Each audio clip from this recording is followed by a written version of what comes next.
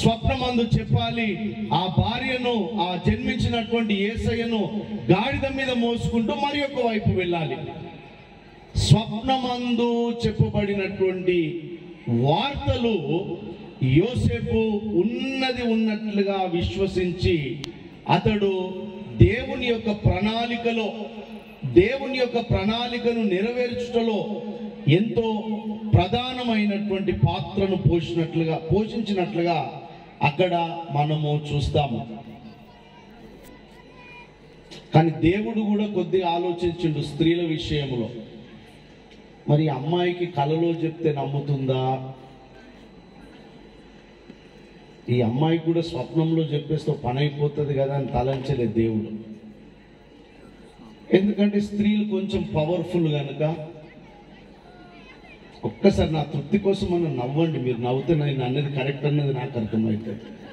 Of course నవ్వడానికి మా భార్య అయితే ఇక్కడ లేదు, వారు ఏ సిటీస్లో ఉన్నారు. కానీ స్త్రీలు కొద్దిగా పవర్ఫుల్ కనుక ఏదైనా సరే ఆచితూచి అడుగులు వేస్తారు గనక, ఏదైనా సరే తప్పనిసరి కళ్ళ ముందు నిరూపించబడితే తప్ప వారు అంత ఈజీగా దానిని అంగీకరించరు గనక దేవుడు స్వప్నమందు మరియతో మాట్లాడే ధైర్యము చేయలేదు. But he has cent the Angel Gabriel to women. మన మరియమ్మ దగ్గరికి దేవుడు ఆ యొక్క దూతను పంపి, దయాప్రాప్తురాలా నీకు శుభము. ఈ స్త్రీతో ఆ దూతకు వారిద్దరి మధ్యలో జరిగిన కాన్వర్జేషన్, ఆ డైలాగ్ అనేది బైబిల్లో వ్రాయడం జరిగినది. కానీ యోసేపు కేవలము మూకి పాత్రనే.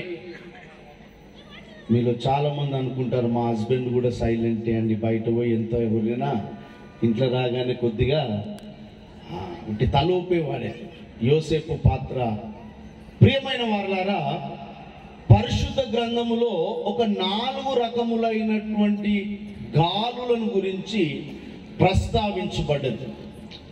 4 రకములైనటువంటి గాలులు వీస్తూ ఉన్నటువంటి ఉద్దేశాలు పరిశుద్ధ గ్రంథములో ఏ రకముగా పొందుపరచబడినదంటే, సర్వసాధారణంగా మనకు తెలిసినటువంటిది ఈస్ట్, వెస్ట్, నార్త్, సౌత్. ఈ 4 కోణాలు ఏ రకముగా ఈ భూమి పైన ఉన్నవో లేవా ఈ సృష్టిలో ఉన్నవో, అదే రీతిగా బైబిల్లో 4 రకములైనటువంటి మార్గాలలో నుండి 4 రకములైనటువంటి గాలులు వీస్తూ ఉన్నట్లుగా పరిశుద్ధ గ్రంథములో మనం చూస్తాము. ఒకటి ఈస్ట్ విండ్, తూర్పు గాలి. దీనికి సంబంధించిన 2-3 రెఫరెన్సెస్ నేను చెప్తాను. మీరు తర్వాత సమయం ఉన్నప్పుడు చదివే ప్రయత్నం చేయండి. నిర్గమకాండము 10వ అధ్యాయము 13వ వచనములోను, యెహెజ్కేలు గ్రంథము 17వ అధ్యాయము 10వ వచనములోను, హోషేయ ప్రవక్త ద్వారా వ్రాయబడినటువంటి గ్రంథము 13వ అధ్యాయము 15వ వచనములో మనము చూసినట్లయితే తూర్పు గాలి అనేది అక్కడ వీస్తూ ఉన్నట్లుగా మనము చూస్తాము. తూర్పు గాలికి ఉన్నటువంటి ప్రత్యేకత పరిశుద్ధ బైబిల్ ప్రకారము మనము గమనించినట్లయితే, తూర్పు గాలి అనేది తీర్పును తీసుకొని వస్తూ ఉంది, లేదా ఒక వ్యక్తిని దిద్దుబాటు చేయటములో ఈ తూర్పు గాలిని దేవుడు బైబిల్లో వాడుకున్నట్లుగా, the judgement and for the correction of the human kind. రెండవది గమనించినట్లయితే వెస్ట్ విండ్ అనే పదం మనం వింటాము, పశ్చిమ గాలి. ఇది దేనికి సాదృశ్యముగా ఉన్నది అని మనం ఆలోచన చేసినట్లయితే, it represents the deliverance and the mercy. ఈ విముక్తి మరియు కృపకు సూచనగా పశ్చిమము నుండి వీస్తూ ఉన్నటువంటి గాలి. ఇక్కడ ఈస్ట్ ఎక్కడ, ఇప్పుడు నేను నిలబడ్డ స్థలం ఈస్ట్. ఇదన్నా తెలుసు తెలియక కరెక్ట్నే చెప్పిన. ఈస్ట్, వెస్ట్, ఇది సౌత్ అండి.